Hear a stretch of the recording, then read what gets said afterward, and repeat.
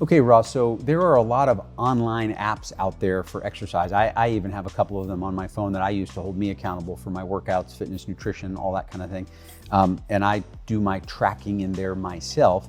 What makes RPE different or better or unique in the marketplace?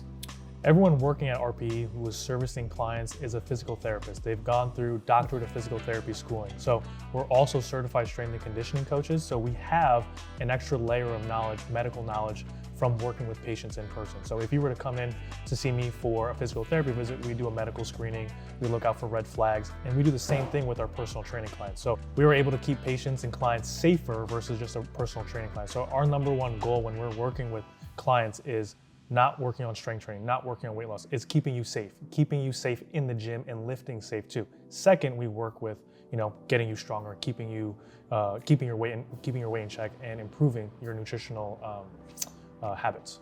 Perfect, fantastic.